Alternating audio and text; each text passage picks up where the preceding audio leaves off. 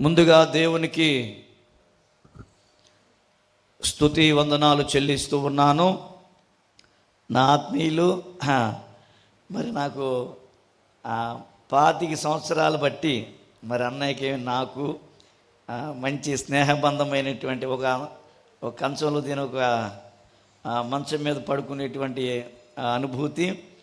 మరి నిస్వార్థంగా మరి ఎవరి కష్టాలైనా ఎవరి ఆపదైనా మరి ముందడిగేసే వ్యక్తి అయినా,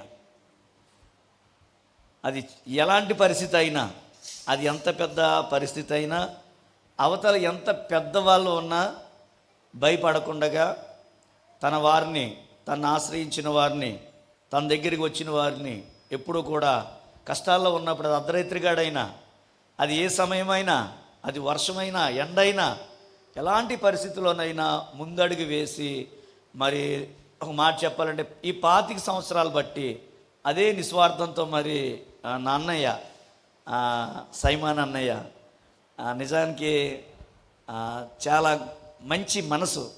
అంటే ఆపదల్లో అందరూ రారు, డబ్బు ఉంటే వస్తారు, కానీ ఆపదలు అనే సమయానికి కానీ ముందడిగి వేసి దాన్ని ఒక పరిష్కారం చూపి, ఒక మాట చెప్పాలంటే మేమందరం 25 మంది 30 మంది యవనస్తులు అన్నయ్యకి పెట్టిన పేరేంటంటే పెద్దన్నయ్య అని పేరు పెట్టాం మేము. అంటే పెద్దవాడు అంటే అందరికీ ముందుండేవాడు.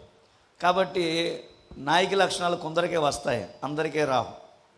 చాలామంది నాయకులు అనుకుంటారు, కానీ అది అందరికీ రాదు, కొందరికి మాత్రమే ఉంటుంది. అందులో మరి అన్నయ్య మొదటిగా మా అందరికన్నా పెద్దవాడు. రెండవది, ఏ సమస్య అయినా సరే ఎవరికైనా అన్నయ్యకే ఫోన్ చేస్తే మేఘాల మీద ఏదో రూపాయి ఇస్తారో అని కాకుండా నిస్వార్థంగా మరి దేవుని పనిలో ఇంతవరకు సాగుతూ వచ్చారు.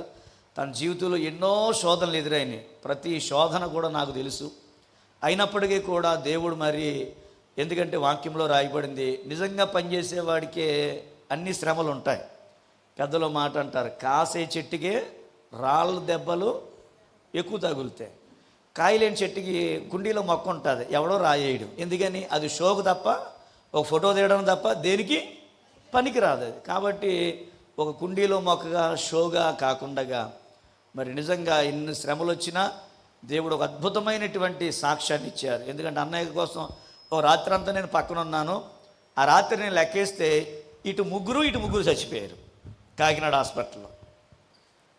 వదిన మాత్రం చెట్టు కింద అలాగా నిజంగా మరి తపస్సు చేసినట్టు అలాగే ఉంది. దేవుడు మరి ఎన్నో అద్భుతాలు నిజంగా అన్నయ్య పట్ల చేశారు. ఇదంతా ఎందుకు చెప్తున్నానంటే తన జీవితంలో నిజంగా జరిగినటువంటి వృత్తాంతాలు ఇవి, జరిగినటువంటి సందర్భాలు ఇవి. అలాగే మరి తనకిచ్చినటువంటి బిడ్డల్లో నేను సంతోషింపదగిది ఏంటంటే మరి ఇద్దరు కూడా చక్కటి కష్టజీవులు, అందులో ప్రేమ మరి దేవుని పరిచర్యలో మరి చక్కగా వాడబడుతున్నాడు. గత 25 సంవత్సరాల క్రితం ప్రేమ ఇంత ఉన్నప్పుడు నాకు బండి ఉండేది. ఒకసారి నా బండి వేసుకుంటే ఎదరకు ప్రేమ కూర్చునేవాడు, వెనకాల అన్నయ్య డ్రైవ్ చేసేవాడు, అన్నయ్య వెనకాల నేను కూర్చేవాడిని. అలా మరి మొట్టమొదటిగా ఎన్నో ప్రాంతాలు, అటు బుర్లంక, గాడాల, ఇటు కేశవరం, ఎన్నో ప్రాంతాలు మరి మేము తిరిగాం. మరి ఏదైనా ఈరోజు ప్రేమ కానీ దేవుని సేవ చేస్తున్నారంటే మరి అన్నయ్య కష్టపడిన ఆ కష్టం, రెండవది అన్నయ్య చేసిన ప్రార్థన, ఏది ఏమైనా దేవునిలోంచి తొలగిపోకుండా మరి ఇంతవరకు దేవుని పరిచర్య చేయడానికి ప్రభు ఎంతగానో మరి అన్నయ్యకు కృప చూపాడు. రాబోయే దినాల్లో మరింత ఈ సంఘాలన్నీ కూడా ప్రభు విస్తరింపచేసి నడిపించునుగాక. రండి, దేవుని వాక్య భాగంలో నుండి అపోస్తుల కార్యాలు 8వ అధ్యాయం 9 నుంచి కొన్ని మాటలు మనం చదువుదారి. సీమోను అను ఒక మనుష్యుడు లోగడ ఆ పట్టణములో గారడీ చేయుచు తాను ఎవడో ఒక గొప్పవాడని చెప్పుకొనుచు సమరయ జనులను విభ్రాంతిపరచుచు ఉండెను. కొద్దివారు మొదలుకొని గొప్పవారు మటుకు అందరూ దేవుని మహాశక్తి అనబడినటువంటి వాడు ఇతడేనని చెప్పుకొనుచు అతనిని లక్ష్యపెట్టిరి.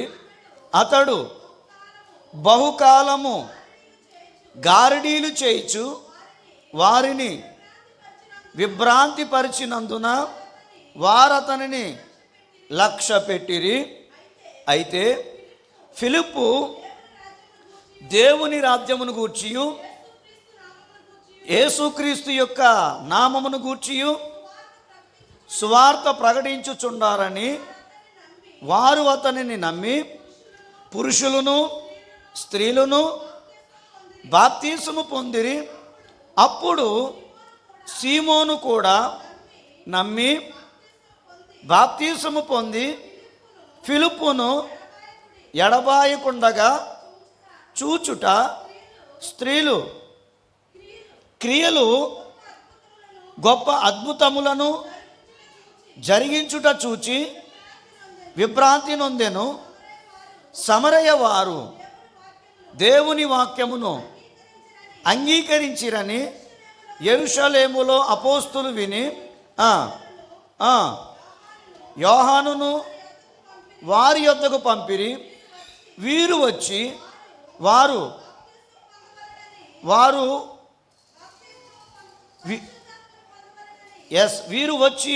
వారు పరిశుద్ధాత్మను పొందవలనని వారి కొరకు ప్రార్థన చేసిరి.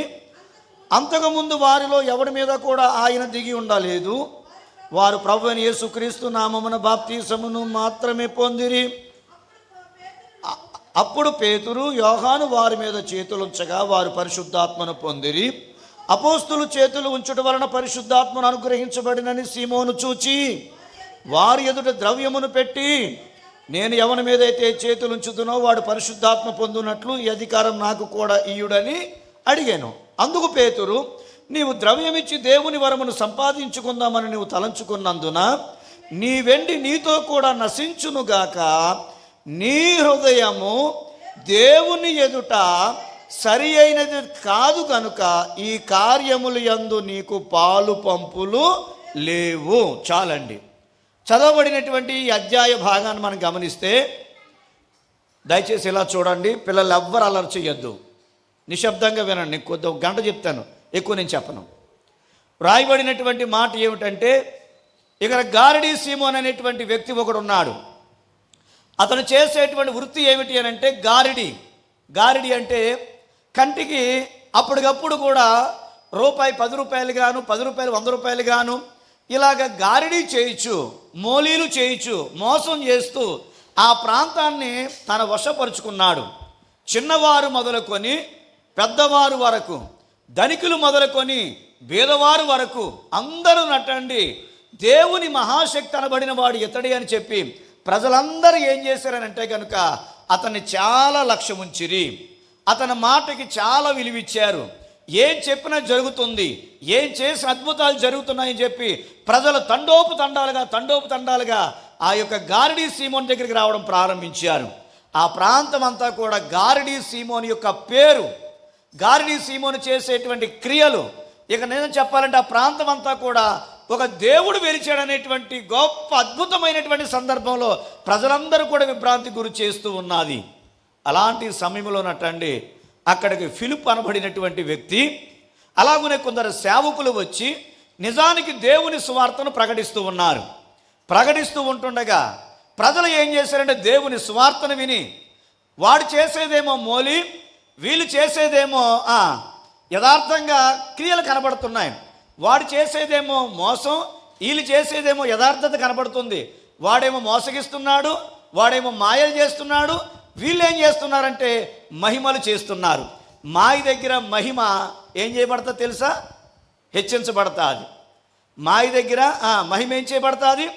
హెచ్చించబడుతుంది. కానీ కొన్ని సందర్భాల్లో మాయ ఎలా ఉంటుందని అంటే నిజానికి మహిమ కంటే గొప్పగా కనబడుతుంది. కానీ మహిమ ముందు మాయలు ఏం చేయబడవు. ఒరిజినల్ నోటు రాలేనంత వరకు, మన దగ్గర తెలియలేనంత వరకు దొంగ నోటు చలామణి అవుతుంది. ఎప్పుడైతే మంచి నోటు వచ్చిందో దొంగ నోటు ఆటోమేటిక్గా మనం ఏం చేయగలుగుతాం?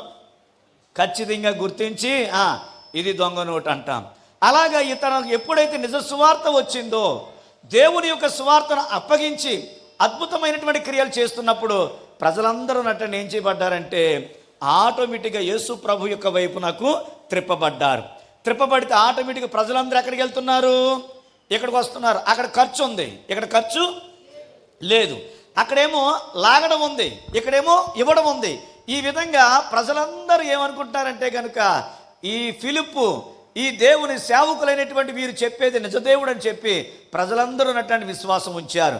విశ్వాసం ఉంచి ఒక్కొక్కరు వచ్చి ఏమన్నారంటే, అయ్యా మేము బాప్తీసం తీసుకుంటాం. ఎందుకంటే ఇంతవరకు మా చరిత్రలో మేము మాయలు తెలుసు, మోసాలు తెలుసు, ఇలాంటి క్రియలే తెలుసు, కానీ నిజానికి మీరు చేస్తున్న క్రియలు అవి దేవుని క్రియలు తప్ప మామూలు క్రియలు కాదు అని చెప్పి ప్రజలు మారు మనసు పొంది అందరూ రక్షించబడ్డానికి సిద్ధపడ్డారు. అయితే అందరూ బాప్తీసం పొందుతున్నప్పుడు అటండి, ఈ గారడీ సీమను కూడా ఏం చేశాడు? బాప్తీసం పొందాడు. ఏం చేశాడు అతడు? బాప్తీసం పొందాడు. అందరితో పాటు బాప్తీసం పొందాడు. అయితే బాప్తీసం పొందినటువంటి వారందరికీ కూడా దేవుని దయ, దేవుని కరుణ, దేవుని కటాక్షములు దిగి వచ్చినవి. కానీ ఇతడు బాప్తీసం పొందాడు, కానీ ఇతడు మారు మనసు లేకుండా బాప్తీసం పొందాడు. ఏం లేకుండా? మారు మనసు లేకుండా బాప్తీసం పొంది ఏం చేశాడనంటే కనుక అందరితో పాటు ఇతడు కూడా లైన్లో ఉన్నాడు అంటాడనమాట.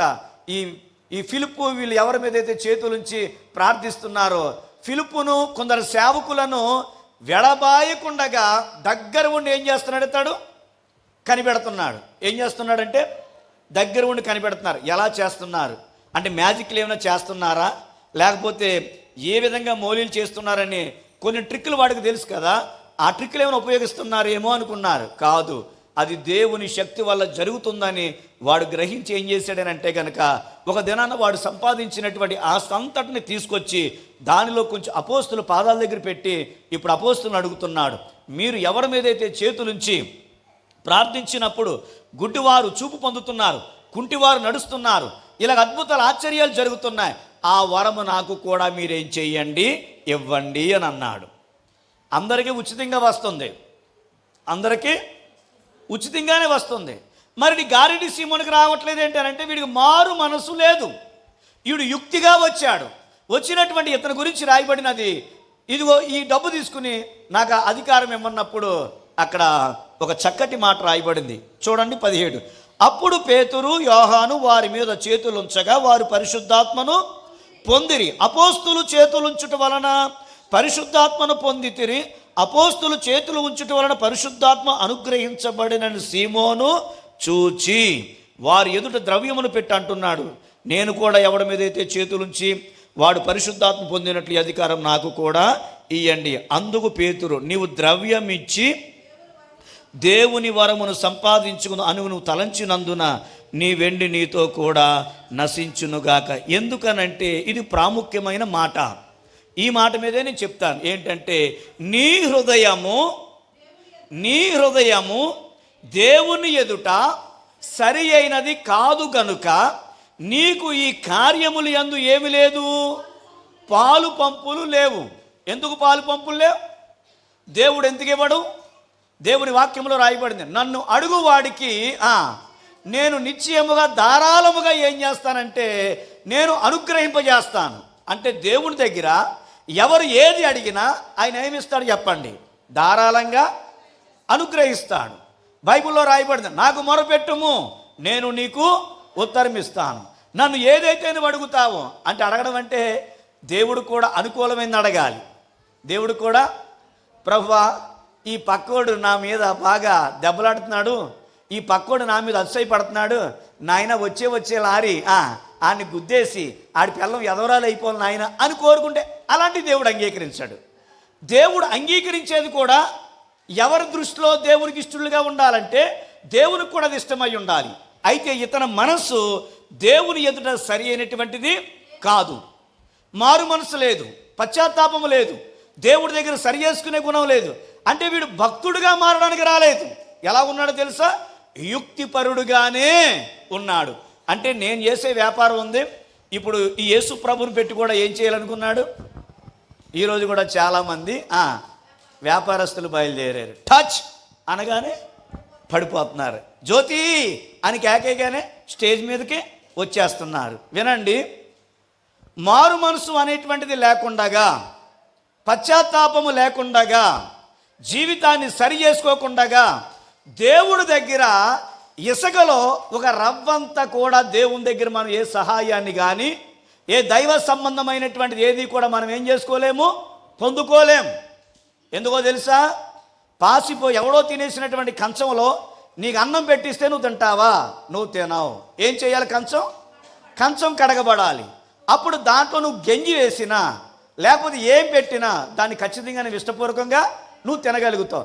అలాగని జీవితం సరి లేకుండా విలువైనటువంటి దేవుని సహాయము దేవుడు ఎవరికి కూడా ఏం చేయడటండి, ఇవ్వడు. ఈ ప్రపంచంలో అన్నిటికంటే దేవునికి ప్రీతికరమైనది ఏమిటనంటే కనుక పశ్చాత్తాపము, 2 మారు మనస్సు. ఏం కావాలి ఆయనకి? ఈ ప్రపంచంలో దేవుడికి ఏది ఇచ్చినా సరే దేవుడు ఇష్టపడ్డం.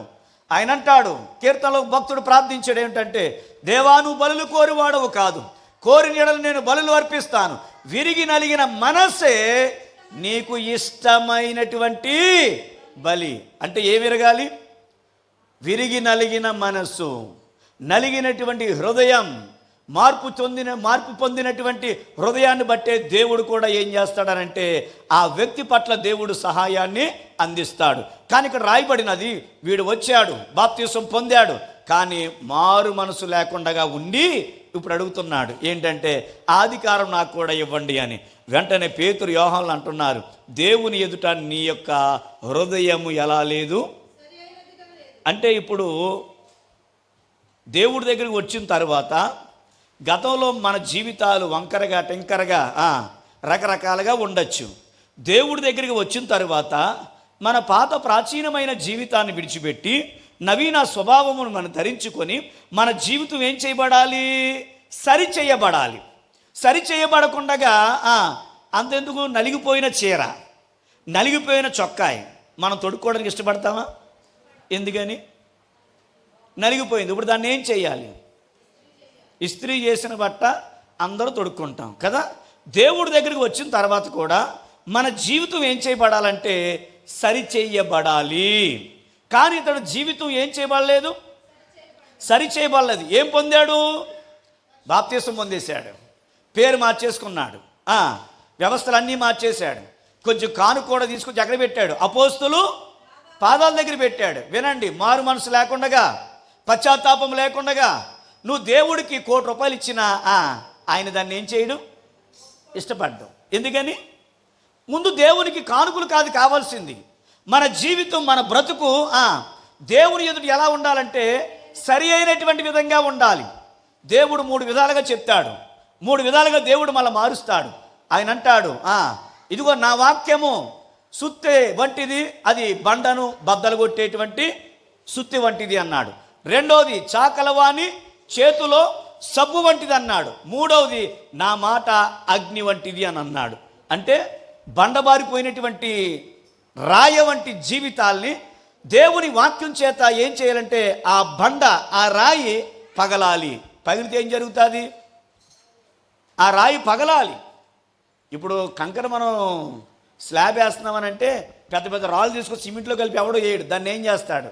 చిన్న చిన్న సిప్స్గా అది మారాలి. అది మారిన తరువాతే ఒక స్లాబ్లో అది ఏమవుతుందనంటే అమర్చి ఉండుట అది ఖచ్చితంగా దానికి సెట్ అవుతుంది కదా.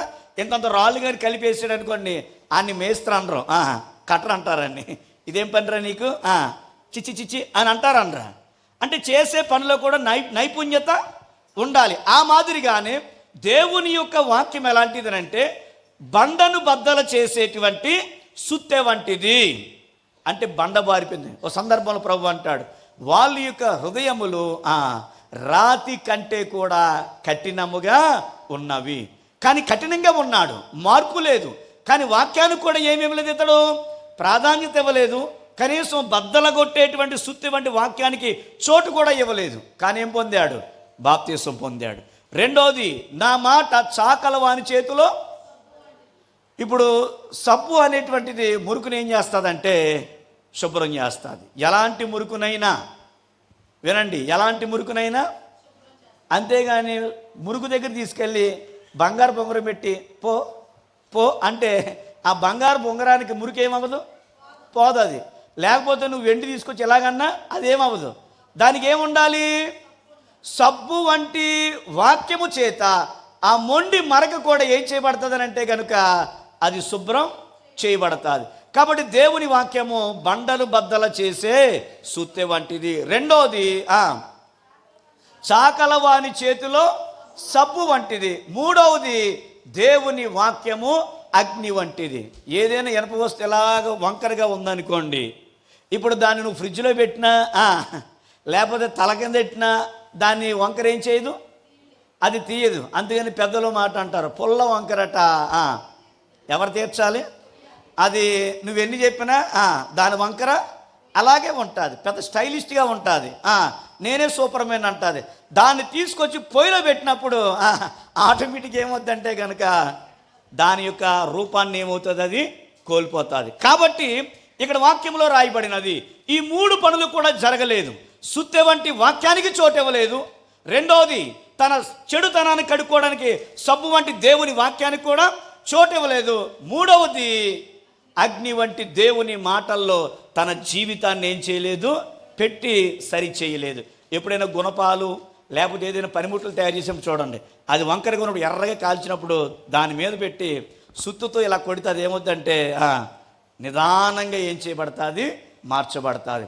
దేవుడి దగ్గరికి వచ్చిన తర్వాత మనము ఎన్ని సంవత్సరాలు అయిందనేది ప్రభువు నమ్ముకున్నదని పక్కన పెట్టేయాలి. అనుదినము మనం దేవుడి దగ్గర ఏం చేయబడాలో తెలుసా, సరి చేయబడాలి. ఇతడు చాలా దినాలు ఉన్నాడట, చాలా దినాలు ఉన్నాడు, గమనిస్తున్నాడు. అంటే కొన్ని సందర్భాల్లో యుక్తిగా ఉండేవాడు ఏం చేస్తాడంటే ప్రతి దాన్ని కూడా వాడు పక్క నుంచి ఆలోచన చేస్తాడు. చేసి చేసి అనుకున్నాడు, అయ్యి బాబోయ్, నేను మంత్రం వేస్తేనే డబ్బులు ఇస్తున్నారు వాళ్ళు, కానీ ఏ మంత్రాలు ఏ పని తీసుకొచ్చి ఏం చేస్తున్నారు. విచిత్రం తెలుసా, నిజంగా దేవుని సేవ చేసేవాళ్ళు అడుక్కోరు, దేవుని సేవ చేసేవాళ్ళు అడగరు. మీ సేవకులు ఉన్నారు, ఆశించాడు, ఆయన కష్టపడతాడు, ఆయనకున్న తెలివితేటలు చూసి ఎక్కడికో వెళ్ళాలి, కానీ ఎవరిని అడగడు. ఉన్న దాంట్లోనే దేవుని పని చెయ్యాలి. ఎవరు వచ్చినా కడుపు నిండా బిర్యానీ పెట్టాలి. ఈ మంచి మనసు అంటే సంపాదించుకునే వాళ్ళు వేరుగా ఉంటారు, నిస్వార్థంగా పనిచేసే వాళ్ళు వేరుగా ఉంటారు. కానీ ఇక్కడ ఇతడు పౌలు లేకపోతే అపోస్తులైనటువంటి వారు ఎన్నో తీసుకొచ్చి వాళ్ళ పాదాల దగ్గర పెడుతుంటే వీడు మాత్రం గమనిస్తున్నాడు. వీడు మంత్రం వేస్తేనే డబ్బులు వస్తున్నాయి, వీడు రచ్చరేగిస్తేనే డబ్బులు వస్తున్నాయి. ఇప్పుడు కొన్ని పరిస్థితులు ఏంటంటే దేవుని కార్యాలు ఎలా ఉంటాయంటే మనం సరిచేయబడి దేవుని పక్షంగా మనం నిలిస్తే అద్భుతాల కొరకు, డబ్బు కొరకు, ఆస్తి కొరకు మనం ఎక్కడికి పరుగులు తీయక్కర్లే. అయ్యే పరుగులు ఎక్కడికి వస్తాయి, మన దగ్గరికి దేవుడు నడిపిస్తాడు. ఎక్కడికి వెళ్ళక్కర్లా. చిన్న ఫోటో తీసి వాట్సాప్లో పెట్టేసి ఇదిగో మేము ఇలా చేసేస్తున్నాం అని చెప్పి బనేలతో గొడ్డలు చూపించేసి చూపించేసిన మాత్రాన్న ఆ బ్యాచ్ కూడా ఉన్నారు. వాళ్ళు ఎవరంటే కాస్ట్లీ క్రిస్టియన్ బెగ్గర్లాళ్ళు. అంటే అడుగుతున్నారు, వినండి, దేవుని యొక్క సేవ అనేటువంటిది అడిగేటువంటిది కాదు. అది వాళ్ళు స్థితిని బట్టి తీసుకొచ్చి వచ్చి ఎక్కడ పెట్టాలంటే కనుక అపోస్తుల పాదాల దగ్గర పెట్టారు. కానీ ఇది గమనించిన వీడు ఇంకా నా వ్యాపారం బాగుంటుందని చెప్పి అంటే ప్రభువులోకి వచ్చిన వీడికి ఏం మైండ్ పోలేదు. ఆ మాయ, ఆ మంత్రాలు, ఉష్షాండాలు, రకరకాల విన్యాసాలు ఏమీ పోలేదు. ఇక్కడ వచ్చిన తర్వాత దీన్ని కూడా సపోర్ట్ తీసుకుంటే ఏదో చూడండి, ఇప్పుడు ఫోను సిగ్నల్ లేకపోతే బాబు నాకు వైఫై నువ్వేం చెయ్యి కనెక్ట్ ఇవ్వంటున్నారు. ఏం కనెక్ట్ ఇవ్వాలి? వైఫై కనెక్ట్ ఇస్తే ఏంటి, పక్కడది కూడా మనకి కొంచెం సపోర్ట్ చేస్తుంది. అప్పుడు నెట్ బాగా చెప్పాలి, నెట్ బాగా పనిచేస్తే వీడు మెట్లేసేసి అనుకున్నాడు వీడు. కానీ వాస్తవానికి అపోస్తులు అన్నారు, నీవు డబ్బు పెట్టి దేవుని వరమును నీవు అంటే డబ్బును పెట్టి దేవుని వరాలు, దేవుని కార్యాలు ఎవ్వరు కూడా చేయలేరు. అలా చేస్తే కొద్ది రోజులు బాగుంటుంది, కానీ తర్వాత చరిత్రలో ఆ పరిచర్యలు కానీ, ఆ సంఘాలు కానీ, ఆ సేవకులు కానీ చూద్దామన్నా చూడండి, చాలా చాలా మినిస్ట్రీ వాళ్ళు అక్కడి నుంచో డబ్బులు తీసుకొచ్చి మోసాలు చేసి ఎన్నెన్నో ట్రిక్కులు చేశారు. కానీ చివరికి వారి జీవితాలు ఫలభరితంగా ఉండవు. దేవుని కార్యం దేవుని ఆత్మచేత మాత్రమే జరగాలి, నిస్వార్థంగా చేయాలి దేవుని పని. అలా చేసినప్పుడు అది ఫలభరితంగా మార్చబడుతుంది. కానీ వీడి ఉద్దేశం ఏంటంటే ఇంకా నేనేం చేయాలి, సంపాదించాలని. చివరికి ఏం జరిగిందనంటే ఈ కార్యములు యందు నీకేమి లేవనంటే పాలు పంపులు లేవు. ఎందుకు లేవు పాలు పంపులు అనంటే అక్కడ అన్నాడు, నీ హృదయం దేవుని ఎదురు సరిగా లేదు, మన కింద అన్నాడు, ఈ నీ చెడుతనమును మానుకొని ఏం పొంది, ఇదేంటి బాప్తీసం పొందడం మారు మనసు పొందడం ఏంటి? ఆల్రెడీ బాప్తీసం పొందేశాడు కదా. వినండి, అసలు బాప్తీసం ఎందుకు తీసుకోవాలంటే మారు మనసు నిమిత్తమై బాప్తీసం తీసుకోవాలి. నేను 4 సంవత్సరాలు పట్టింది బాప్తీసం తీసుకోవడానికి. వెనకాల ఉన్న అన్నయ్య కొన్ని వందల సార్లు చెప్పాడు. ఎందుకంటే నా వ్యాపారం, నా స్పీడు, నా విధానం వేరు కాబట్టి 4 సంవత్సరాలు పట్టింది. ఏం పొందడానికి? బాప్తీసం పొందడానికి. పశ్చాత్తాపడ్డాను. భయంకరం. 101 బూతు మాట్లాడేవాడిని. ఒక్క కస్టమర్ వస్తే 101 బూతు, మామూలు బూతులు కాదు, భయంకరమైన బూతులు, ఇంకా మనుషుల మీదకి వెళ్ళిపోవడమే. అలాంటి స్పీడు నాది. కానీ అవన్నీ కూడా నా జీవితంలో సరి చేసుకోవడానికి 4 సంవత్సరాలు పట్టింది. వాక్యం వింటూ వింటూ వింటూ వింటూ వింటూ ఆ ఖాళీ సమయంలో మనం ఎలా ఉండాలని చెప్పి వచ్చే బూతులు కూడా రాకుండగా వేరే వేరే విధంగా మార్చుకోవడానికి నాకు 4 సంవత్సరాలు పట్టింది బాప్తీసం తీసుకోవడానికి. అంటే సరి చేసుకోకుండగా, మారు మనసు పొందకుండగా నువ్వు ఒక బాప్తీసం కాదు, 2 బాప్తీసాలు కాదు, 100 బాప్తీసాలు తీసుకున్నా నువ్వెంతో. తెల్లారగట్ల స్నానం చేసి నీకన్నా ఉదయం రాత్రి 3 పూట్ల ములిగే వాళ్ళు నీకంటే కూడా గొప్పవాళ్ళు. కాబట్టి వాక్యం చెప్తుంది, నీ హృదయము దేవుని ఎదుట సరి అయినటువంటిది కాదు. కాబట్టి ఈ కార్యములు యందు నీకు పాలు పంపులు లేవు. ఈ నీ చెడుతనమును నువ్వేం చేయాలంటే మానుకోవాలి. దేవుడి దగ్గరికి వచ్చిన తర్వాత మనం ఏదో ప్రభువుని నమ్మేసాం, నెంబర్ 1 అయిపోయాం మనం అనడానికి లేదు. ఎప్పటికప్పుడు మనం ఏం చేసుకోవాలంటే దేవుడి దగ్గర సరి చేసుకోవాలి. ఎందుకంటే మనం బతికేది, మనం జీవించేది ఏదో మంచి స్థలంలో మనం లేము. ఎక్కడున్నామో తెలుసా? పాపము యొక్క మధ్యలో మనం జీవిస్తున్నాం. ఎహెజ్కేలు అంటాడు, అయ్యో నేను అపవిత్రమైన పెదవులు కలిగిన వాణ్ణి, అపవిత్రమైనటువంటి ప్రజల మధ్యలో నేను నివాసం చేస్తున్నాను. ఎక్కడున్నాం మనం? ఎటు చూసిన పాపం. మీరు ఎక్కడికి వెళ్ళినా ముందు వాటర్ బాటిల్ ఇవ్వట్లా. అది నీకు ట్రైన్లో కానీ, లేకపోతే విమానంలో కానీ, లేకపోతే పెద్ద పెద్ద వాల్వో బస్సులో కానీ ముందాడు రాగానే ఆయాసంతో ఎక్కితే వాటర్ బాటిల్ ఇవ్వడాడు. సార్ ల్యాప్టాప్ ఇలా మీరు పైన ఇలా తీసుకోండి, ఇలా ఈ బ్యాటరీ నొక్కండి, మీకు పిక్చర్స్ వస్తాయి అన్నాడు. వస్తాయి అంటాడు. ఇలా ల్యాప్టాప్ తీయగానే ఇలా మనం ఓపెన్ చేస్తే ఒక ఆవిడ వస్తుంది, చిన్న చిన్న బట్టలు వేసుకుని హాయ్ అని. అంటే ఎక్కడికి వెళ్ళినా పాపం ఏం చేయబడుతుంది? నువ్వు బస్సులో వెళ్ళినా, ఫ్లైట్లో వెళ్ళినా, ఎక్కడికి వెళ్ళినా ముందు ప్రత్యక్షమయ్యేటువంటిది ఏమిటనంటే కనుక చెడుతనము, పాపము. ఇదేమవుతుందనంటే విస్తరించిపోయినటువంటిది ప్రపంచవ్యాప్తంగా. అయితే మనం ఎక్కడున్నాం? ఆ పాపపు మధ్యలోనే మనం బ్రతుకుతున్నాం. పాపపు మధ్యలో ఉండి పాపాన్ని అంటుకుంచుకోకుండా బ్రతకడమే దినదినము మనము దేవుడి దగ్గర సరి చేసుకునేటువంటి పరిస్థితి. కాబట్టి నీ హృదయం దేవుని ఎదురు సరిగా లేదు. కాబట్టి ఈ కార్యములు యందు నీకు పాలు పంపులు లేవు గనుక ఇదిగో నీ చెడుతనమును ఏం చేయాలి? మానుకోవాలి. అంటే ఎందుకు వాక్యం? ప్రతి ఆదివారం రావాలా? ప్రతి శుక్రవారం రావాలా? ఎందుకు దేవుని వాక్యం వినాలి అని అంటే ప్రతిరోజు మన జీవితాన్ని మనమే ఏం చేసుకోవాలి? సరి చేసుకోవాలి. వాక్యాన్ని చదువుతున్నప్పుడు మన బ్రతుకు మారాలి. ఓ మహాభక్తుడు చాలా మంచి పరిచర్య చేశాడు, ఆర్ఆర్కే మూర్తి గారు.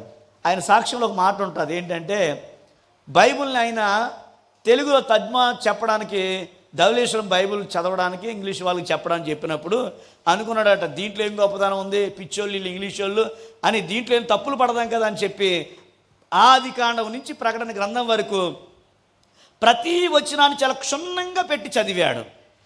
2 సార్లు చదివిన తర్వాత బైబిలు ఆయనకి అర్థమైంది ఏంటంటే, నేను బైబిల్లో ఉన్న తప్పులను ఏదైనా పడదాం అనుకున్నాను, కానీ దేవుడు నా పాపాన్ని, నా తప్పులను ఏం చేశాడు?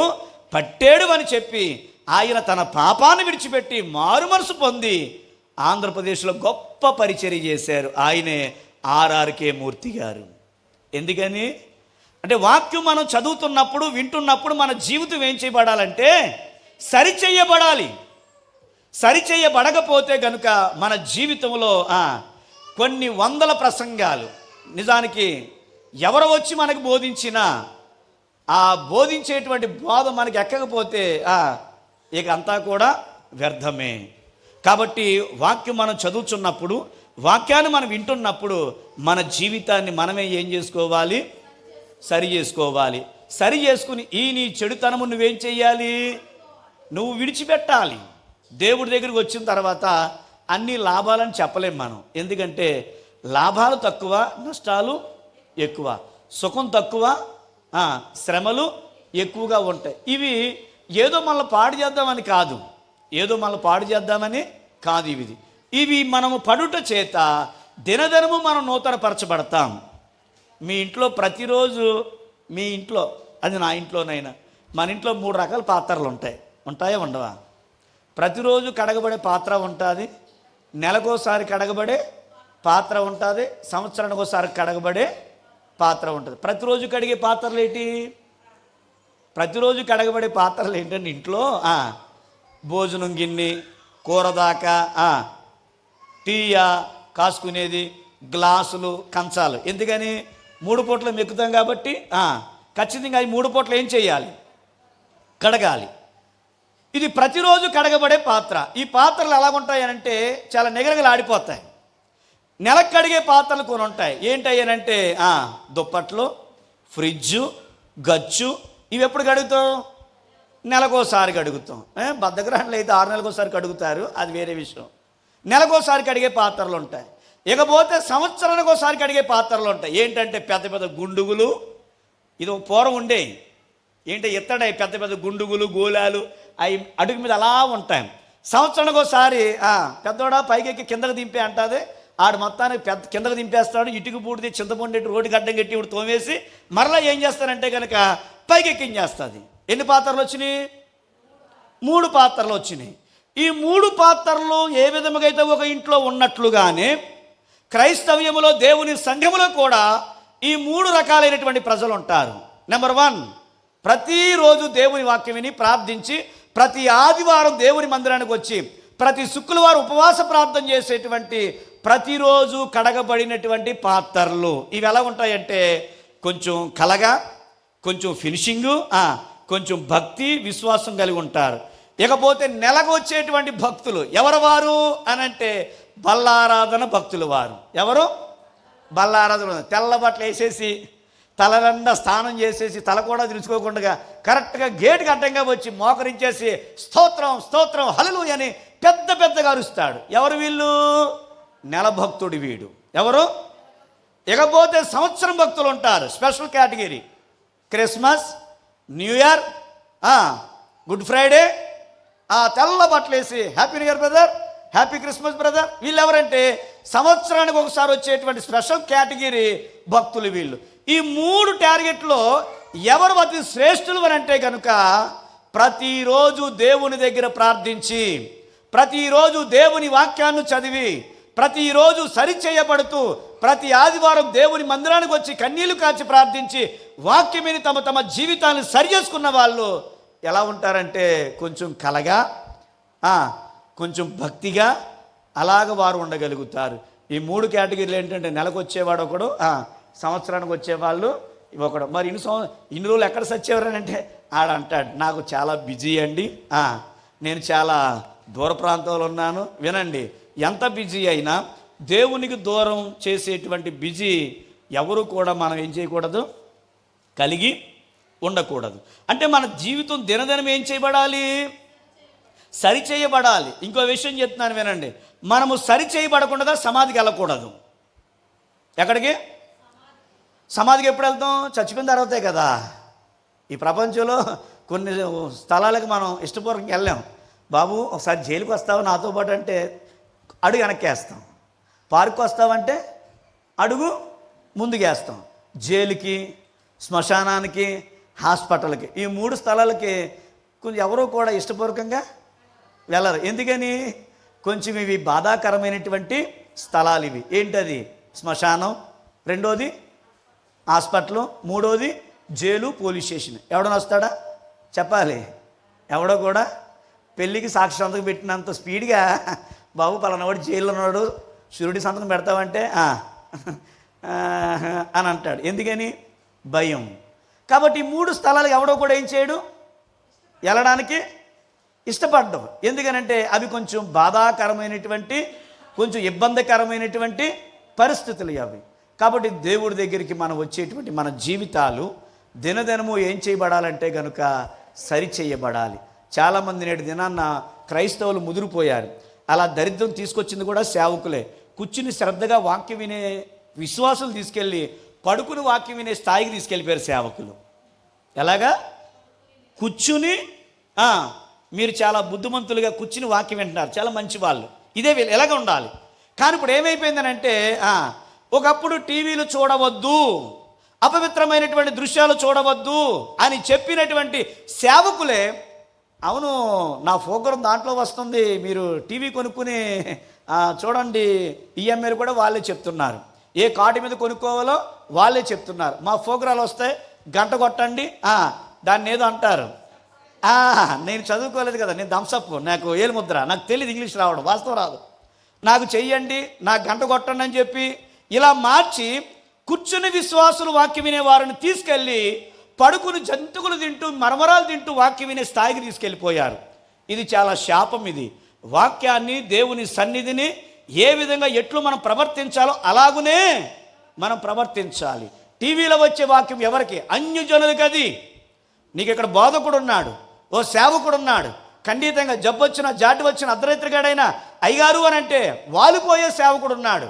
ఆడెవడో అక్కడి నుంచి సూట్ వేసుకుని అక్కడ ప్రజలు లేకపోయినా వచ్చిన అందరికీ వందనాలు అంటాడు, జనాలు చూపించడం మాయా.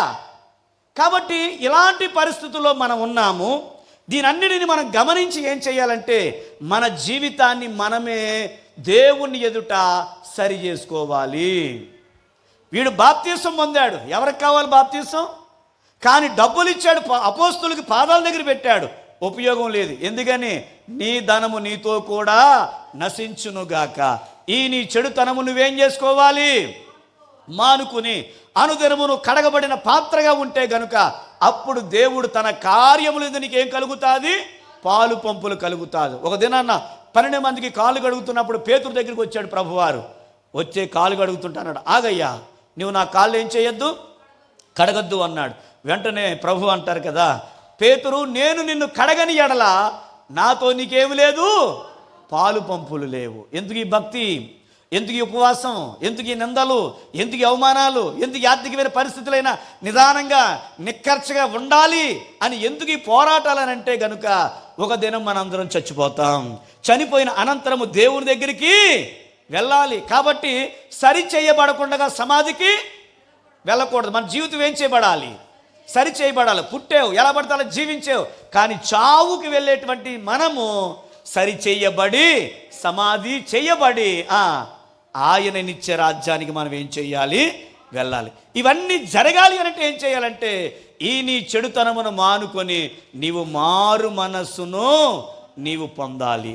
ఏం పొందాలి? బైబిల్ ఆది కాండము నుంచి ప్రకటన గ్రంథం వరకు చెప్పేది ఒకే ఒక విషయం ఏంటంటే మీరు మార్పు చెందండి. ఏం చేయండి? మీరు మార్పు చెందండి, రూపాంతరం చెందండి, మీరు సంపూర్ణులు అవ్వండి, మారండి మారండి అని ప్రతిరోజు అనుక్షణము దేవుడు తన భక్తులతో ప్రవక్తలతో చెప్తూ వచ్చినటువంటి లేఖన భాగాలు ఏంటంటే మీరేం చేయాలో తెలుసా? మారు మనసు పొందండి.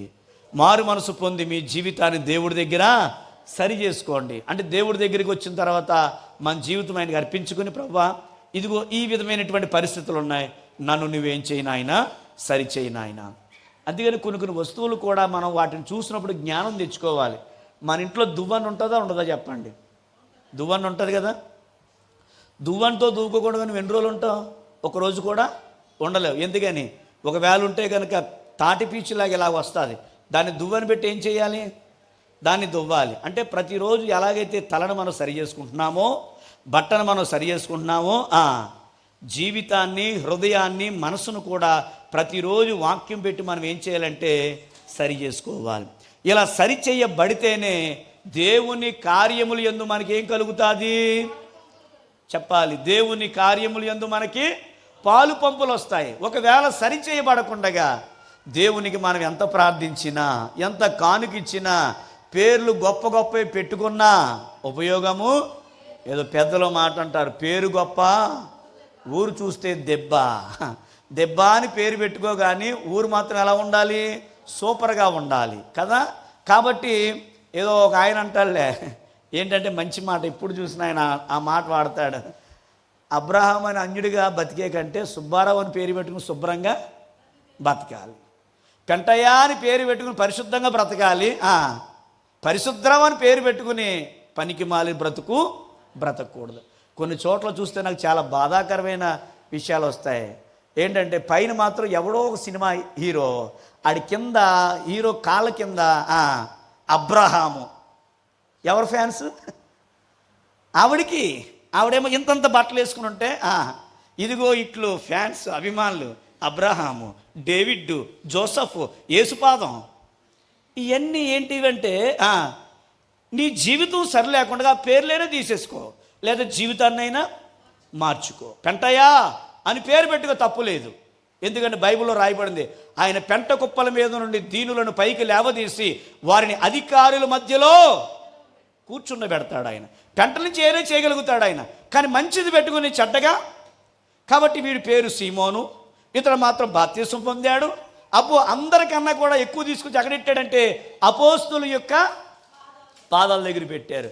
నిజంగా అపోస్తులు గమనించి అన్నారు, నీ వెండి నీతో కూడా, నీ దాము నీతో కూడా నశించునుగాక, నీ హృదయము దేవుని ఎదుట సరి అయినటువంటిది కాదు. కాబట్టి ఈ కార్యములు యందు నీకేమి లేదు, పాలు పంపులు లేవు. కాబట్టి వాక్యం ఏం చెప్తుందంటే దేవుడు మనకి ఎంతో అవకాశం ఇచ్చాడు. దేవుడు మనకి ఎంతో అవకాశం ఇచ్చాడు. ఈ అవకాశం దేని కొరకు ఇచ్చాడు అని అంటే ప్రభు అంటాడు ఆయన దీర్ఘశాంతమంతుడట. ఎలాంటి వ్యక్తి ఆయన? దీర్ఘం, చాలా దీర్ఘం. దీర్ఘం అంటే ఏంటి? చాలా కాలం ఎదురు చూసేటువంటిది. కాబట్టి దేవుడు ఎంత ఎదురు చూసి, ఎంత ప్రేమించి, ఎన్నిసార్లు మనల్ని హెచ్చరించినా మన జీవితం మారకపోతే దైవికమైనటువంటి కార్యములు యందు మనకి ఏముండవంటే పాలు పంపులు ఉండవు. ప్రకటనలో ఒక మాట రాయబడింది. ఏమిటి అని అంటే చూడండి, దేవుని వాక్య భాగంలో నుండి ప్రకటన గ్రంథము 2వ అధ్యాయము 21వ వచనం నుంచి కొన్ని మాటలు మనం చదువుదారి. మారు మనసు పొందడానికి నేను దానికి సమయం ఇచ్చి తిని గాని అది తన జారత్వమును విడిచిపెట్టి మారు మనసు పొందనలక ఉన్నది. ఇదిగో నేను దానిని మంచము మీద పట్టించి దానితో కూడా వ్యభిచరించిన వారు దాని క్రియల విషయమై మారు మనసు పొందితేనే గాని వారిని బహుగా శ్రమల పాలు నేను చేతును. ఏమిచ్చాడు దేవుడు? మారు మనసు పొందడానికి నేను దానికి ఏమిచ్చి తిని? సమయాన్ని ఇచ్చి తిని. మనుషులు ఇచ్చే సమయం వేరు, దేవుడిచ్చేటువంటి సమయము వేరు. మనుషులు చాలా కొద్దిపాటి దానికే సమయం ఇస్తారు, కానీ దేవుడు అలా కాదు. మన జీవితంలో ఎన్నో సందర్భాల్లో మన బలహీనతలు లేక మన జీవితం సరిలేని కారణం చేత ఎన్నో సందర్భాల్లో దేవుడు మనకి ఏమిస్తున్నాడంటే సమయాన్ని ఇస్తున్నాడు. నేను దానికి సమయం ఇచ్చి తిని, అయితే అది తన జారత్వమును విడిచిపెట్టి మారు మనసు అది పొందనొల్లక ఉన్నది గనుక ఇదిగో దానిని నేనేం పట్టిస్తున్నానంటే, మంటం పట్టించడం అంటే, మంచం పట్టించడం అంటే మంచాన్ని మనం పట్టుకుని ఎగరేయడం వేరు, మంచం మనల్ని పట్టుకోవడం వేరు. మీకు అర్థమైందా? మంచాన్ని మనం ఎత్తడం, ఎగరేయడం, ఇలా తీసి పైకి ఎత్తడం వేరు మంచాన్ని, కానీ మంచం మల్లబడితే అది వేరు. ఎందుకనంటే బైబిల్లో సందర్భం ఉంది, నీ పాపములు క్షమించబడినవి, నీవు లేచి నీ పరుపును ఎత్తుకోమన్నాడు. అప్పటి వరకు పరుపు ఎవరిని మోసింది? వాడిని మోసింది. కానీ ఇప్పుడు బాగుపడిన తర్వాత పరుపునే ఏం చేస్తున్నాడంటే వాడు మోస్తున్నాడు. ఎందుకని? ఒక శక్తి వచ్చింది, ఒక బలం వచ్చి వాళ్ళ ఆవరించిన కారణం చేత. కాబట్టి మంచాన్ని మనం పట్టకూడదు, మంచాన్ని మనము ఎత్తేవారిగా ఉండాలి. వాక్యంలో రాయబడింది, మారు మనసు పొందడానికి నేను దానికి ఏమి ఇచ్చి తినంటే సమయం ఇచ్చి. అయినా అది తన జారత్వాన్ని ఏం చేయలేదు, విడిచిపెట్టలేదు. అక్కడ అన్నాడు, ఈ నీ చెడుతనమును విడిచిపెట్టి నీవు ఒకవేళ దేవుణ్ణి వేడుకుంటే కనుక నువ్వేం పొందుతావు తెలుసా? మారు మనసు పొందితే అప్పుడు ఈ కార్యంలో నీకు పాలు పంపులు ఉంటాయని మనం అపోస్తలులో చదివాం. ఇక్కడేమన్నాడు? అది తన జారత్వాన్ని ఏం చేయట్లేదు, విడిచిపెట్ట. చాలామంది దేవుడి దగ్గరికి వచ్చి బాప్తీసం పొందుతారు, కానీ కొన్ని క్రియలు ఇంకా వారిలో అలాగే నిలిచి ఉంటాయి. కానీ ఆ క్రియలు ఏం చేయాలో తెలుసా? దేవుడి దగ్గరికి వచ్చిన తర్వాత ఒకటి ఒకటి ఒకటి ఒకటి ఒకటి ఏం చెయ్యాలి? విడిచిపెట్టాలి. అలా విడిచిపెట్టకపోతేనటండి అవి మనల్ని గట్టిగా పట్టుకొని మనము దేవుని దృష్టిలో తన కార్యములు యందు పాలు మనం పొందుకోకుండా మనల్ని ఏం చేస్తాయనంటే కనుక అక్కడే ఆపివేస్తాయి. వీడికి డబ్బు ఉంది, పేరుంది, అన్నీ ఉన్నాయి, కానీ ఏమి లేదో తెలుసా? మారు మనసు ఇతనికి లేదు. చాలామంది సరి చేసుకోవడానికి ఇష్టపడరు. బైబిల్ ఏం చెప్తుందో తెలుసా?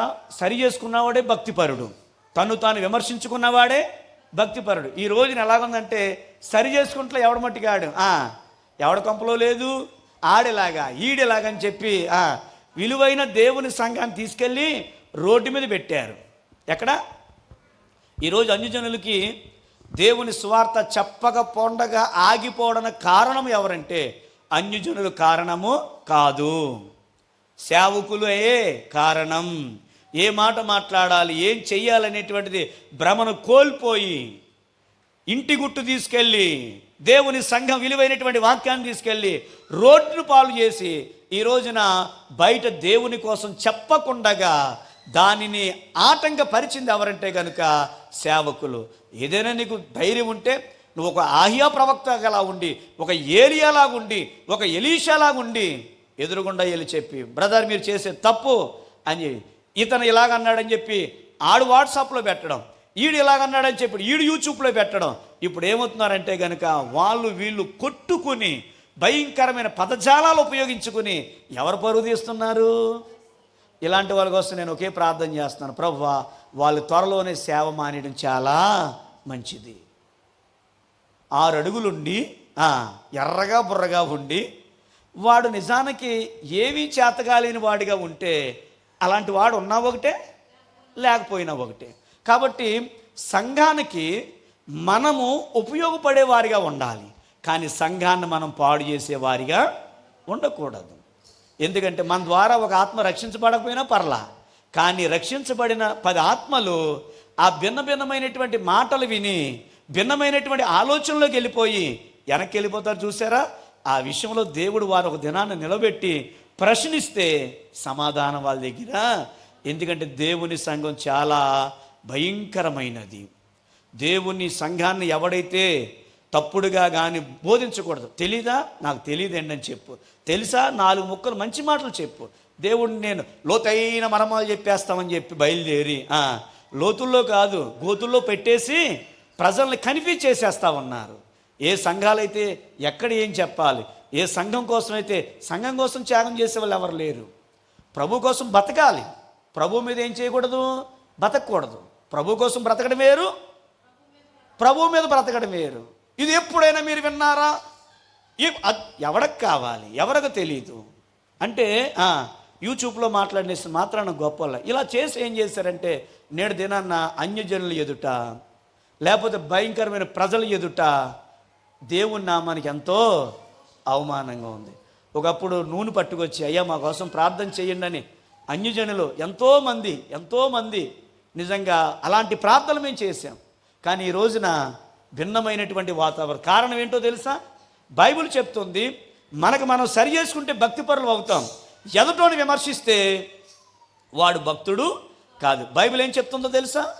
కొరింథీ రాసిన పత్రికలు తీయకలేదు కానీ మీరు ఈ శరీరము తిని ఈ రక్తములో త్రాగుచున్నది దానిని బట్టి మిమ్మల్ని మీరు ఏం చేసుకోండి, విమర్శించుకోండి, పరిశోధన చేసుకోండి. అంటే ఎవరెవరు పరిశోధన చేసుకోవాలి? ముందు మనకు మనం పరిశోధన చేసుకోవాలి. మనకు మనం పరిశోధన చేసుకుంటే అందుకని ప్రభు ఒక మంచి మాట అంటాడు, ఎవరు బాబు ఎదటోడు దాంట్లో చిన్న నలకొందని చెప్పి నువ్వు కంగారు పడిపోతున్నావు, నీ దగ్గర ఏముంది, పెద్ద దూలాలు ఉన్నాయి. కాబట్టి ఈ రోజున విమర్శతో కూడినటువంటి పరిచర్య, విమర్శంతో కూడిన పరిచర్య కాదు. నువ్వు దేవుని వాక్యం చెప్పినప్పుడు, యథార్థంగా మాట్లాడినప్పుడు అవతల వ్యక్తి పశ్చాత్తాపడి రొమ్ము కొట్టుకుని తనకు తాను విమర్శించుకుని దేవుడు దగ్గర వస్తాడు చూడు, అది ఆత్మకార్యం, అది జరగాలి. అంతేగాని విమర్శించేసుకుని వాళ్ళు వీళ్ళు విమర్శించుకొని రకరకాలైనటువంటివి ఇచ్చేస్తే నిన్ను బట్టి దేవుని సంఘం డిస్టర్బ్ అవుతుంది, మిమ్మల్ని బట్టి దేవుని సంఘానికి అవమానం వస్తుంది. అన్యజనులు ఎంత ఎటకారంగా మాట్లాడుతున్నారంటే దానికి అవకాశం ఇచ్చింది ఎవరు? సేవకులే. కాబట్టి తను తాను ఏం చేసుకోవాలో తెలుసా? విమర్శించుకోవాలి. మహాభక్తుడు దావీదు అన్నాడు, నేనంత ప్రభువా, నా జీవితం ఎంత. ఎవరతను? దినానికి 5 మార్లు చెప్పాలి. దేవుణ్ణి స్తుతించేవాడు, కన్నీటితో ప్రార్థించేవాడు, గతాన్ని మర్చిపోలేనివాడు, ఎంత గొప్ప దేవుని కొరకు ప్రాణాన్ని సహితం కూడా పెట్టి యుద్ధములో పాల్గొని గొలియాతును చంపి ఎన్నో శ్రమలు కష్టాలు ఎదుర్కొని ఆ మహాభక్తుడు దావీదు అంటాడు, నేనెంతటి వాణ్ణి, నా కుటుంబము ఏ పాటిది అని అన్నాడు. మరొక సందర్భంలో అంటాడు, దేవా నేను నరుడును కాను, నేను పురుగునన్నాడు. ఏమండి, సర్పాన్ని తాస్పాన్ దగ్గరికి వెళ్ళి మన చేష్టలు కుదరం, అది కాటేస్తుంది. అదే ఒక గొంగల పురుగు కానీ ఏదైనా పాకుతున్నప్పుడు దాన్ని పొలతెలకొచ్చండి, అది ఎలా ముడుచుకుపోద్ది. అంటే పురుగులో ఉన్న గుణం ఏంటి? ముడుచుకుపోయే గుణం, దాని డాంబాన్ని ప్రదర్శించదు. అదే తాస్పాన్ దగ్గరికి వెళ్తే, ఇప్పుడు చాలామంది పిచ్చోళ్ళు ఏం చేయరంటే పాములకు ముద్దులేడుతున్నారు. వాళ్ళు ఎవరికి? పాములకు ముద్దులేడుతున్నారు. అవి ఏం చేస్తున్నాయి? పటక్మని కాటేస్తున్నాయి, టపక్మని చేస్తున్నారు. పాములకు ముద్దులెట్టడాలు, సింహాల దగ్గరికి వెళ్ళి సింహాలకు ముద్దెట్టడాలు. ఇదేంట్రా బాబు, నీ పిల్లలకు ముద్దెట్టుకో, లేకపోతే చిన్న చిన్న పిల్లలకు ముద్దు పెట్టుకో, ఇంకా నీకు ఇష్టమైతే నీ భార్యకు ముద్దు పెట్టుకో. కానీ ఎవడికి కడుతున్నాడు వీడు? సింహానికి, పాములకి, కుక్కలకి, పందులకి. చిచ్చి చిచ్చి చిచ్చి, ఎంత దరిద్రం ఇది. అంటే వాక్యం ఏం చెప్తుంది అని అంటే, మనిషి చేయవలసింది చెయ్యాలి, కానీ మనిషి వేరే విధంగా ఏం చేస్తున్నాడంటే ప్రవర్తిస్తున్నాడు. ఇక్కడ వాక్యం చెప్తుంది, నేను దానికి మారు మనసు పొందడానికి ఏమిచ్చాను. కాబట్టి మనం ఏం చేసుకోవాలంటే విమర్శించుకోవాలి. నరుడును కాను ప్రభువా, నేనెవరినే పురుగునన్నాడు. అంటే తను తగ్గించుకున్నాడా లేదా? అందుకని బైబిల్లో ఉంది, తాను తగ్గించుకున్నాడు ఎప్పుడు కూడానట దేవుడు తగిన సమయంలో ఏం చేస్తాడో తెలుసా? హెచ్చిస్తాడు. ఇది అందులో అనుమానం లేదు. తగ్గించుకోవాలి. ఎంత చేసినా, నువ్వు ఎన్ని స్వస్థతలు చేయి, ఎన్ని అద్భుతాలు చేయి, ఎన్ని ప్రసంగాలు చేయి, చివరికి దేవుడి దగ్గర అనాలంట, ప్రభువా ఇవన్నీ కూడా ఎలా చేశాను అనుకుంటున్నావు తండ్రి? నిన్ను బట్టి చేశాను, నేను నిష్ప్రయోజకుడైనా దాసుణ్ణి. ఏంటట? నేను నిష్ప్రయోజకుడైనా దాసుణ్ణి. నేను చేయవలసిందే చేశాను, కానీ ఏదో నేను గొప్పగా ఏది కూడా నేను చేయలేదు. కానీ చిన్న ఫ్యాన్ ఇస్తే దాని మీద నా పేరు ఉండాలి. ఏంటది? యాంపుల్ వైర్ ఇస్తే యాంపుల్ వైర్ మీద నా పేరు ఉండాలి, టైల్స్ మీద నా పేరు ఉండాలి, చివరికి గుమ్మం మీద నా పేరు ఉండాలి, రేకుల మీద నా పేరు ఉండాలి. దేవుడు అంటాడు, సరే ఇక్కడ నీ పేరు ఇచ్చేస్తాను, నేనే రాయింతాను. నీకు పరలోకంలో పేరు కావాలి, ఎక్కడ పేరు కావాలంటే ఏం కావాలి మనకి? దానికోసమే కదా ఈ కష్టాలన్నీ, దానికోసమే కదా ఈ ఉపవాసాలన్నీ. కాబట్టి ఏదో మనం ఇచ్చింది గొప్ప కాదు, మనం చేసింది గొప్ప కాదు. దేవుడు మనకు చేసినవి మనం ఇచ్చిన దానికన్నా కూడా గొప్పవి. దాన్ని మనం ఏం చెయ్యాలి? గ్రహించాలి. రాజైన దావీదు కూడా రాజసింహాసనం దిగి అన్నాడు, నేను నరుడను కాదు ప్రభువా, నేను పురుగుడు. అబ్రాహాం ఏమన్నాడు? తెగించి మాట్లాడుతున్నాను తండ్రి, దుమ్మును ధూళిని. ఒక్కొక్కటి ఎంత పొగరు తెలుసా? ఆడెంతండి, బతికెంతండి, సేవకులు కూడా ఆడెంతండి, ఆడి పరిచర్య ఎంతండి, తిప్పి కొడితే 50 మంది ఉండరు ఆడి దగ్గర. నాది అయిపోయింది, ఇక్కడ సోకు అయిపోయింది. ఓ మహాభక్తుడు అన్నాడు మొన్న, తమ్ముడా మొట్టమొదటిగా నరకానికి వెళ్ళేది ఎవరంటే వీళ్ళే స్టార్టింగ్ అవుతారు నాయన అని అన్నాడు. అంటే సేవను, దైవత్వాన్ని దైవత్వం లాగానే చెయ్యాలి. దాన్ని వేరే కోణంలో మనం ఏం చేయకూడదు, దాన్ని తీసుకువెళ్ళకూడదు. అది విశ్వాసైనా, సేవకుడైనా, ఎవరైనా. కాబట్టి ఇక్కడ వాక్యంలో రాయబడి, నేను దానికి ఏమిచ్చితిని అంటే ప్రతిరోజు దేవుడు సమయం ఇస్తున్నాడు. ఆ ఇస్తున్న సమయంలో మనం ఏం చేయాలంటే ఎప్పటికప్పుడు మనం మారు మనసును మనము పొందాలి. అందుకని భక్సింగ్ సహవాసంలో ఒక మాట ఉంటుంది, బ్రదర్ నువ్వు తిరిగి జన్మించేవా అంటారు. రెండోది, నువ్వు మారు మనసు పొందావని అడుగుతారు. అంటే ప్రతిరోజు ఏం చేయాలి? మారుతూ అలా మారి చివరికి మహిమలోనికి వెళ్ళిపోవాలి. మనం మారకుండగా సరిచేయబడకుండా సమాధికి వెళ్ళకూడదు, మారు మనసు పొందలేకుండా మహిమలో కూడా మనము చేరలేము. కాబట్టి ఈ కార్యములు యందు నీకేమి లేదని అంటే పాలు పంపులు ఎందుకు లేవు? నీ మనసు దేవుని ఎదుట సరి అయినది కాదు. కాబట్టి నీ చెడుతనమును ఏం చెయ్యి? మానుకోవాలి. అంటే దేవుడి దగ్గరికి వచ్చిన తర్వాత ఏం చేయాలి? కొన్ని మనము మానేయాలి. ఇంకా కొందరు దేవుడి దగ్గరికి వచ్చిన ఆచారాలు మానరు. ఏం మానరు? అయ్యగారు అమ్మాయికి పెళ్ళి, కరెక్ట్గా మంచి రోజు చూసి ఏం పెట్టండి, డేట్ పెట్టండి అంట.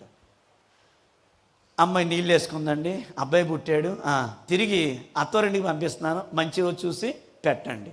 అమావాస్య వద్దు, మంగళవారం వద్దు, శుక్రవారం వద్దు. ఇలాగన్న వాళ్ళకి అందరికీ కూడా ఎక్కడికి వెళ్ళి నేను మాట చెప్తాను. సరిగ్గా అమావాస్య అర్ధరాత్రి 2 అయింది, హార్ట్ అటాక్ వచ్చింది, గుండె జబ్బు వచ్చింది. ఆ అమావాస్య అర్ధరాత్రి 2 గంటలకే, బాబోయ్ ఈరోజు అమావాస్య అర్ధరాత్రి 2 అయ్యింది, నేను హాస్పిటల్కి వెళ్ళ బాబోయ్ అని ఆ గదిలోనే ఆడు అలాగ ఉండిపోతే ఉదయానికి ఏమవుతాడు చెప్పండి? ముక్కులో దూది, మెల్లో దండ. ఇప్పుడు ఆ చచ్చిపోయిన వాడిని చూసి ప్రజలు పొద్దున్న వచ్చి, ఇదేంటంటే రాత్రే కదండి ఆయన గుమ్మలో కూర్చుని అన్నం తిని చుట్టకాల్చుకున్నాడు, బాగున్నావు అంటే ఎరాలుడు బాగానే ఉన్నాను అన్నాడు కదా, ఇదేంటంటే బాబు ఇంతలో చచ్చిపోవడం ఏంటంటే, ఏం చెప్తామండి బాబు, కరెక్ట్గా 3:30కి గుండెపేట వచ్చింది, మేము ఎంత బతిమాలేమో, ఈరోజు అమావాస్య వద్దు అన్నాడు, గదిలోంచి బయటికి రాలేదు, మేము అక్కడికి చేయబడతాడు, తలుపు కూడా వేసేసుకున్నాడు అని అంటే వీడిని ఏమనాలి చెప్పండి? అంతేనా?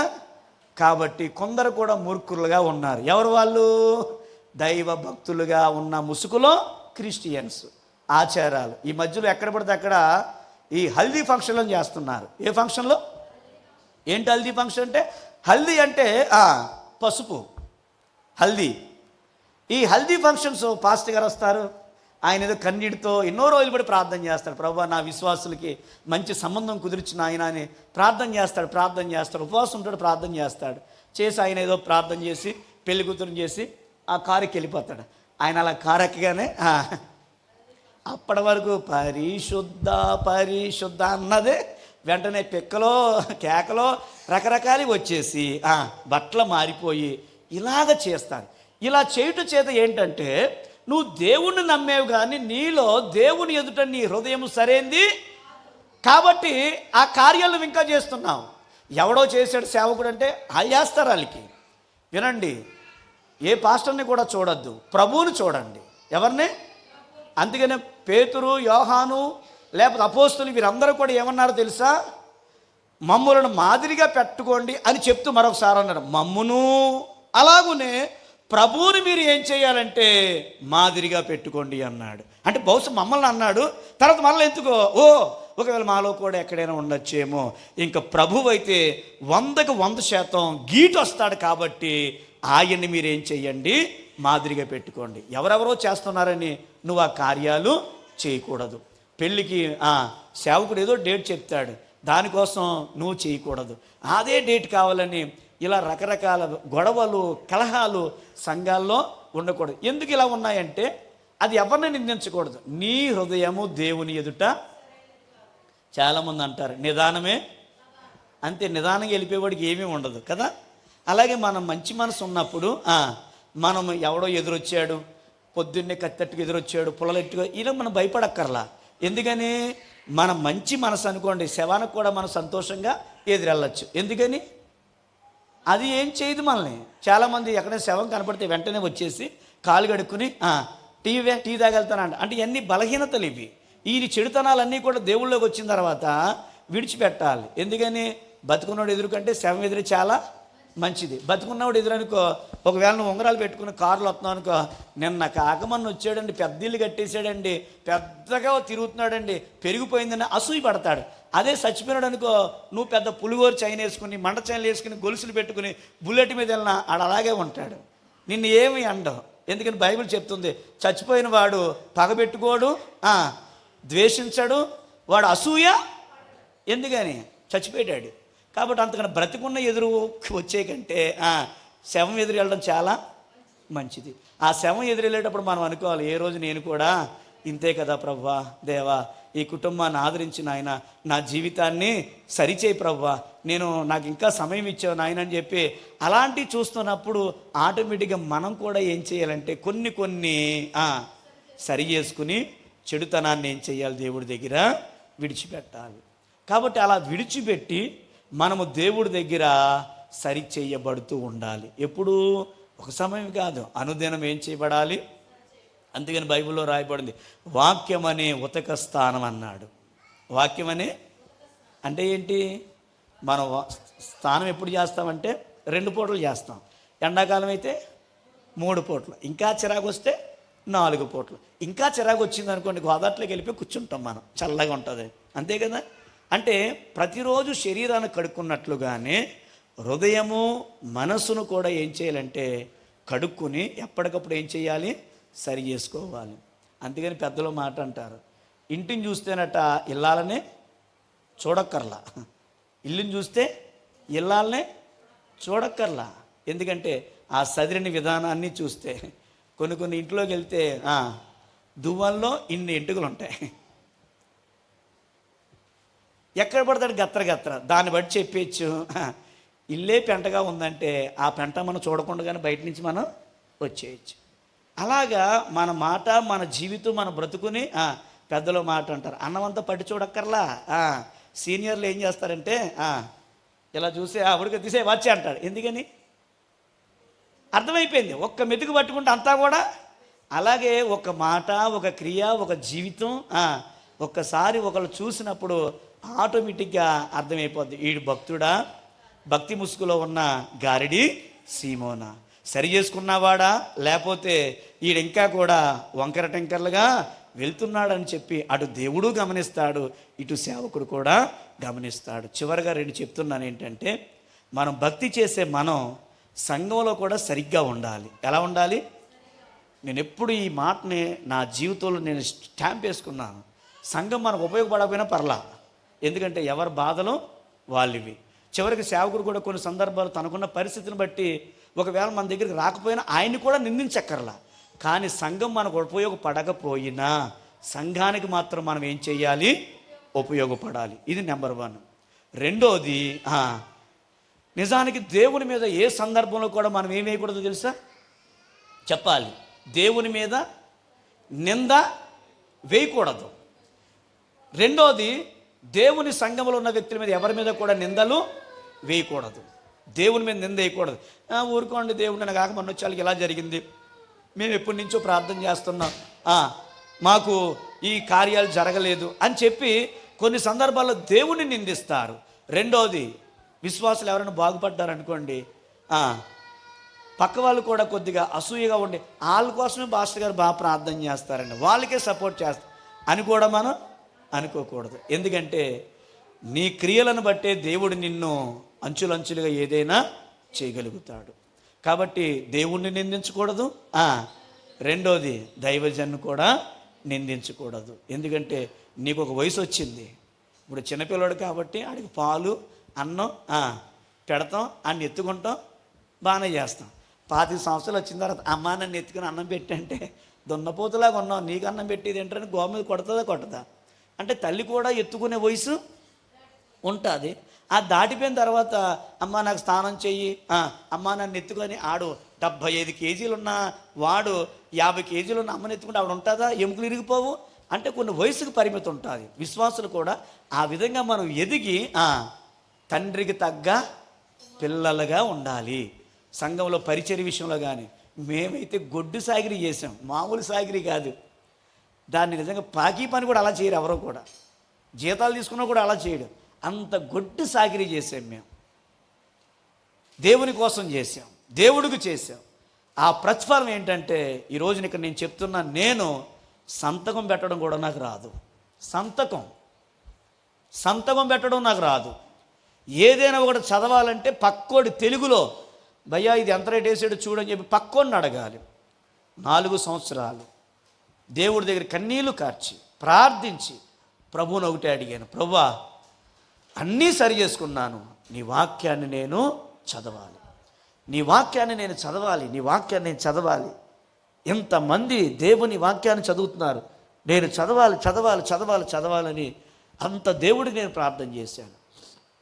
వెనకాల ఉన్న అన్నయ్య ప్రోత్సహించేవాడు, చెప్పు తమ్ముడు, చదువు తమ్ముడు అని. అలాగా మరి ఈ రోజున ఎన్నో స్థలాలకి కరెక్ట్గా నేను సువార్త ప్రారంభి 18 సంవత్సరాలు బట్టి ఎన్నో సంఘాలకి వెళ్ళాను. కర్ణాటక, బెంగళూరు, తమిళనాడు, ఎన్నో స్థలాలకి వెళ్ళి దేవుని వాక్యం, ఎన్నో సంఘాలకి, ఎన్నో సభలకు వెళ్ళి దేవుడు వారు, నా జ్ఞానమా, నేను పెద్ద గొప్ప ఉన్నా, నాకేం రాదు, సంతకం రాదు నాకు. నా సంతకం చూస్తే మీరు నవ్వుతారు కూడా. నేను అందుకని ఎవరి ముందు సంతకం పెట్టను. ఈ పెన్ నేను ఎందుకు పెట్టుకున్నానంటే ఏదైనా చదివినప్పుడు మనసులో నాకు ఏదైనా తాడితే దాన్ని గీత కోసం పెట్టుకున్నాను ఈ పెన్ను. కాబట్టి ఇది ఎవరికి సాధ్యం అంటే దేవునికి సాధ్యం. మనం ఎప్పుడైతే దేవుడి దగ్గర సరి చేసుకోవలసిన సరి చేసుకుంటామో దేవుని కార్యములు యందు మనకి ఏం కలుగుతాయంటే పాలు పంపులు కలుగుతాయి. కాబట్టి వాడు వచ్చాడు, బాప్తిసం పొందాడు, డబ్బును పెట్టాడు, కానీ దేవుడి ఎదుట అతని జీవితం సరిలేదు. ఇక్కడికి వచ్చిన మనం ఏం చేయాలి? సరి చేసుకోవాలి. ఏవేవి ఉన్నాయో ప్రతి వాళ్ళలో ఏదో ఉంటుంది. ఎవరైనా గ్లాస్తో మంచినీళ్ళు ఇచ్చారనుకోండి, మనం కళ్ళు మూసుకుని ఎత్తిపెట్టి తాగం, నీళ్ళు ఖచ్చితంగా చూస్తాం. అందులో చిన్న చీమగాని అలా తిరుగుతుంది అనుకోండి, ఇలా చూసి ఇచ్చిన వాళ్ళ వంక చూస్తాం. ఎందుకని? ఇందులో ఏముంది? అప్పుడు ఏం చేస్తాం? దాన్ని తీసేసి లేకపోతే పారబోసి మరొక క్రొత్త నీళ్ళు ఇస్తాం. గ్లాసులో ఉన్న చిన్న నలక ఉంటేనే నువ్వు తాగలేనప్పుడు దేవుడు నీకు సహాయం చేసి తన కార్యములు యందు నీకు పాలు పంపులు ఇచ్చి తన రాజ్యములో నేను చేర్చుకోవాలంటే నీ నలకలను కూడా నువ్వేం చేయాలి? తీసేసుకోవాలి. నీ నలక కూడా ఏం చేయాలి? తీసేసుకోవాలి. తీసుకుని నిన్ను విమర్శించుకున్నప్పుడే దేవుడు ఏం చేస్తాడంటే నన్ను అంగీకరించి ఆయన కార్యక్రమంలో మనకి ఏమిస్తాడో తెలుసా?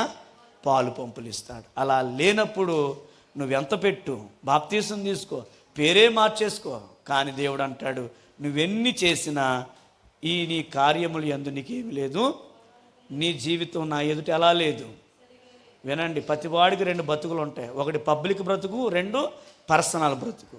ప్రజలందరూ చూసేది ఏది చూస్తారంటే పబ్లిక్లో ఉన్న బ్రతుకు చూస్తారు, కానీ పర్సనల్ బ్రతుకు ఎవడో కూడా చూడ్డు. కానీ దేవుడు అలా కాదు, పబ్లిక్ బ్రతుకు చూస్తాడు, పర్సనల్ బ్రతుకు కూడా చూస్తాడు. అందుకని మనకు అప్పుడప్పుడు ఏకాంత ప్రార్థన కూడా మనకి అవసరమై ఉన్నాయి. అందరిలో చేసే ప్రార్థన వేరు, ఏకాంతంగా చేసే ప్రార్థన కొన్ని పర్సనల్ పాపాలు ఏం చేస్తారు? ఒప్పుకుంటాడు. మొన్న నేను ఇక్కడ పుణ్యక్షేత్రం మీటింగ్ వచ్చా, ఎప్పుడో 2-3 సంవత్సరాల క్రితం వచ్చి ఒక వాక్యం చెప్పానంట. అయితే మొన్న ఆ వాక్యం అయిపోయిన తర్వాత ఆమె సాక్ష్యం చెప్తుందన్నమాట. అయ్యగారు వచ్చి గత 2 సంవత్సరాల క్రితం ఇలా వాక్యం చెప్తే నేను ఆ రోజు ఆ పాపంలో ఉన్నాను, ఆ రోజు నుంచి ఈ రోజు నేను ఆ పాపాన్ని విడిచిపెట్టిన తర్వాత నన్ను బహుగా దేవుడు దీవించాడు. నేను చాలా సంతోషించాను, చాలా ఆనందించాను. అంటే సరి చేసుకుంటే ఎంతైనా మన జీవితం మనకే మంచిది. అలా సరి చేసుకునే మనసు అవకాశం దేవుడు ఇచ్చాడు. కాబట్టి 3 రోజులు ఎవరు బోధించినా ఎవరు చెప్పినా అవి దేవుని మాటలని దేవుడి దగ్గర మనం ఏం చేయాలి? సరి చేసుకోవాలి. అలాంటి హృదయ మనసు స్థితిగతులను దేవుడు మనకు దయచేయునుగాక. ఒక్క నిమిషం మోకరించి ప్రభు సన్నిధిలో ప్రార్థన చేద్దాం. నువ్వెవ్వరిని విమర్శించవద్దు, నేను ఎవరిని విమర్శించును. విమర్శించేవాడు దేవుడే. దేవుని వాక్యమే నిన్ను నన్ను విమర్శించాలి. దేవుని వాక్యమే నిన్ను నన్ను బాగు చేయాలి. ఎవరు మనల్ని బాగు చేయలేరు. ఎవరో